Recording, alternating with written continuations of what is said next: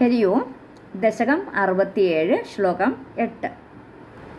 തതസ്സമം താ വിപിനേ സമന്താത് തമോവതാരാവധിമാർഗയന്ത്യഃ പുനർവിമിശ്രായ യമുനാതടാന്തേ ഭൃശം വിലേപുശ്ച ജഗുർഗുണാംസ്തേ. തതഃ സമം താഹ വിപിനേ സമന്താത്. തതസ്സമം താ വിപിനേ സമന്താത് തമഃ അവതാര അവധി. തമഃ അവതാര അവധി തമോവതാരാവധി. തമോവതാരാവധി മാർഗയന്ത്യഃ. തമോവതാരാവധി മാർഗയന്ത്യഃ. പുനഃ വിമിശ്രാः. പുനഃ വിമിശ്രാः. പുനർവിമിശ്രാ യമുനാ തട അന്തേ. യമുനാതടാന്തേ. പുനർവിമിശ്രാ യമുനാതടാന്തേ ഭൃശം വിലേപുഃ ച. വിലേപുശ്ച ജഗുഃ ഗുണാൻ തേ. ജഗുഃ ഗുണാൻ തേ. ജഗുർഗുണാംസ്തേ. ജഗുർഗുണാംസ്തേ. ഭൃശം വിലേപുശ്ച ജഗുർഗുണാംസ്തേ. തതസ്സമം താ വിപിനേ സമന്താത് തമോവതാരാവധിമാർഗയന്ത്യഃ പുനർവിമിശ്രാ യമുനാതടാന്തേ ഭൃശം വിലേപുശ്ച ജഗുർഗുണാംസ്തേ. ശ്ലോകം 8 അന്വയവും അർത്ഥവും.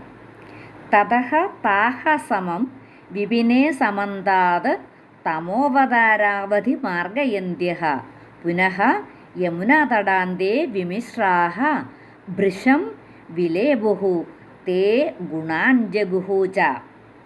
തതഃ പിന്നെ. താഹ സമം ആ ഗോപസ്ത്രീകൾ ഒന്നിച്ചു ചേർന്ന്.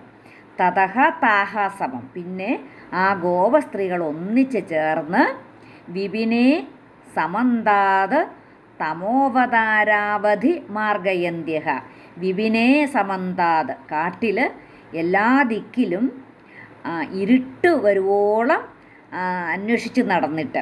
വിപിനേ സമന്താത് തമോവതാരാവധി മാർഗയന്ധ്യ. കാട്ടിലെല്ലാ ദിക്കിലും ആ ഇരുട്ട് വരുവോളം ആ ഭഗവാനെ അന്വേഷിച്ച് നടന്നിട്ട് പുനഃ വീണ്ടും യമുനാതടാന്തേ വിമിശ്രാഹ.